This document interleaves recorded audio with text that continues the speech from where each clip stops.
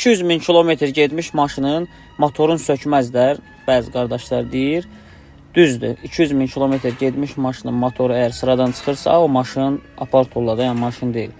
Sadəcə olaraq ki, bu maşınlarda 2 dizellərdə, 2-2 dizellərdə əsasən ümumi qulluq edir. Bildiyiniz kimi, görsən də bu maşında hal-hazırda ümumi qulluq olunur. Çünki bu maşının sepində də səs var, hava sistemində də tutulma var. Hava sistemini salniki də quruyub, həm yağ buraxır, həm də ki, hava buraxdığına görə təzyiq zəifdir. Maşının performansına da təsir edir, yanacaq sərfiyyatına da. Və də ki, korobkanın gördüyünüz kimi yağı dəyişməlidir, onu da göstərəcəm. Boş yerə biz bu işi görmürük. Həm gördüyümüz işi də göstərirəm, burada ideal iş görür. Həm görsən kollektorun yerlərinə göndədir, klapanın diblərinə kimi təmizlənəcək. Onun üçün indi deyəcəm sizə motoru yerə qoyuruq. Bax, korobkanın yağı görsən nə gündədir? Korobkanın yağını dəyişməyi təkcə 5-6 saat çəkir. Görsən, maşın da göydə qalanda hava sistemi sökümü olmur. Misal, hava sistemində təmizlənəcəksə. Görürsünüz nə gündədir?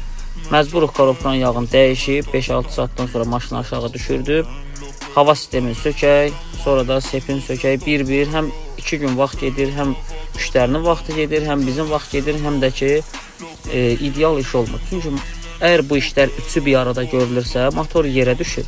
Yerdə daha rahat, səliqəli, yəni hamı bilir ki, motor yerdə olanda üstündə işləmək, işləri görmək daha rahat olur.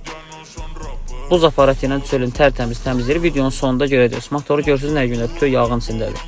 Sonunda videonu izləyin, hamısını görəcəksiniz. Yəni klapanın yerlərinə kimi tərtəmiz təmizlənir. Və belə iş görəndə də biz zəmanət veririk işimizə. Bu motor sökülməyi deyil, qardaş. Motor yerə qoyulur. Bu işdə ki, BMW-də də görülür, Mercedes-də də görülür. İndi Toyota, Nissan deyəmərəm, o maşınlarla çox maraqlanmıram. Halbuki dəfələrlə mən YouTube-da, TikTok-da, səhifələrdə görürəm ki, paylaşırlar ki, F10-a ümumi qulluq olunur, nə bilim, sepin dəyişirlər. Sepin, hamı bilir ki, yəni BMW-nin N20 motorunda, N26 motorunda özür istəyirəm. Sepi dəyişmək üçün motoru yerə qoyurlar. Çünki alt sepdə dəyişilməlidir, səliqəli dəyişilmək üçün motor düşməlidir. Ona ən azından tək sepi dəyişməyə, bir də salniklərini dəyişməyə 1100 manat pul çıxır.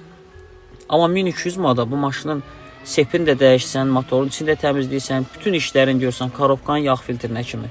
Onunla belə görürəm ki, yazırlar yorumda, nə bilim, 200 min getmiş maşının beblə xərc tələbi, heç nə xərc tələb eləmir, qardaş. Liboy maşında vaxtında qulluq olmaq. Yenə deyirəm, bu işlər hökman deyil, yəni plan proyektdə görürsün.